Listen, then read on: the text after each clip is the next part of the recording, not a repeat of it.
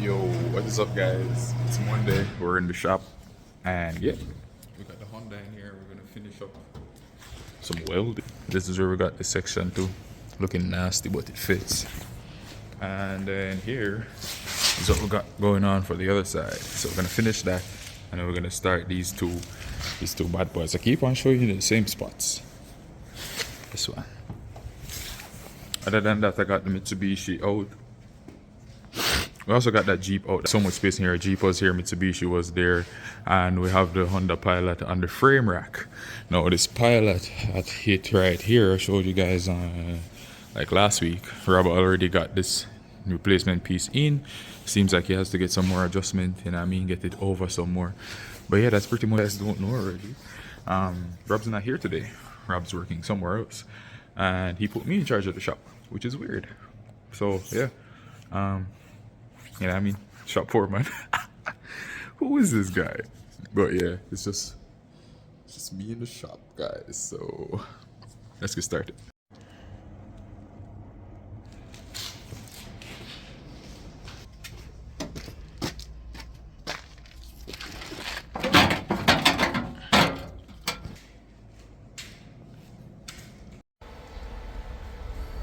Yo, look at that gap I'm filling. Holy. Sick though, huh? Yo, just used the sandblaster for the first time. I never realized how strong this shit is. Like seriously, I had to like go put on gloves, mask up, protect my eyes because it was like shards of glass bouncing back at me at super high speeds. And like when I was done welding, this thing was like black, brown, and orange. I gave it like 2 or 3 shots. Holy, it's so clean, guys. So yo. It used to look like this. Yeah? It used to look like this. As a matter of fact, let's do a before and after on this, right?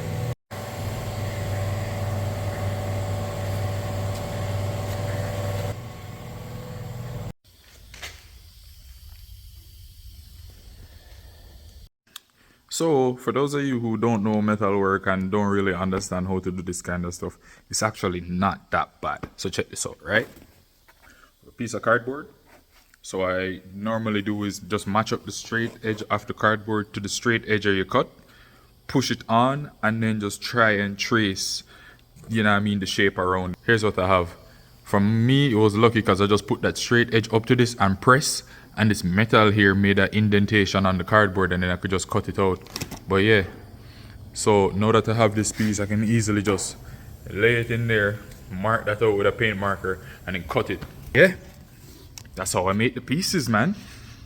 I saw it online and now I'm doing it. And it's pretty easy. It's actually not hard, bro. It's not hard. It just takes time. It takes time and it takes equipment and da-da-da-da, but it's not that bad.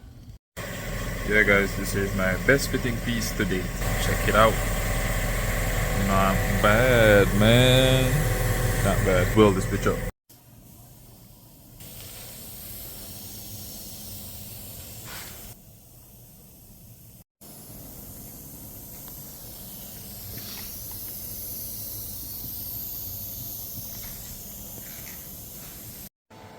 Yeah, guys, much prouder of these welds. Check them out.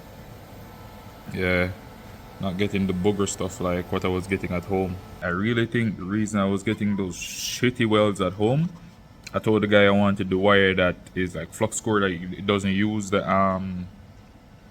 shielding gas, but I think he still gave me the wire that needed the shielding gas, which is why the welds were so ugly. And you know what I mean, not proper penetration or anything like that. Like this machine is, yeah, it's blessed. It's blessed. So yeah, fam, that's it.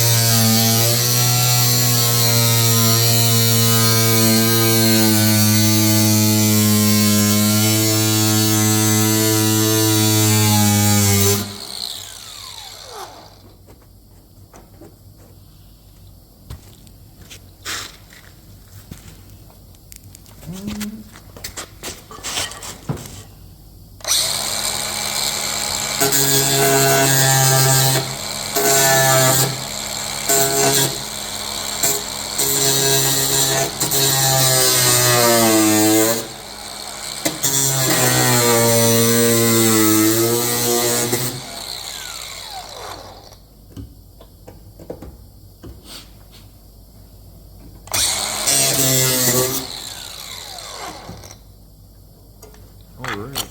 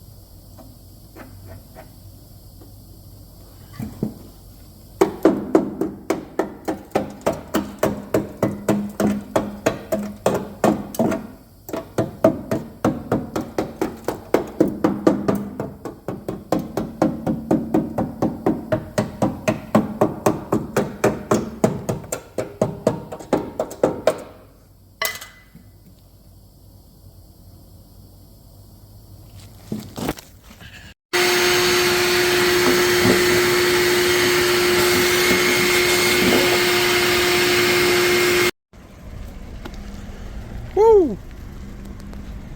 Shiny.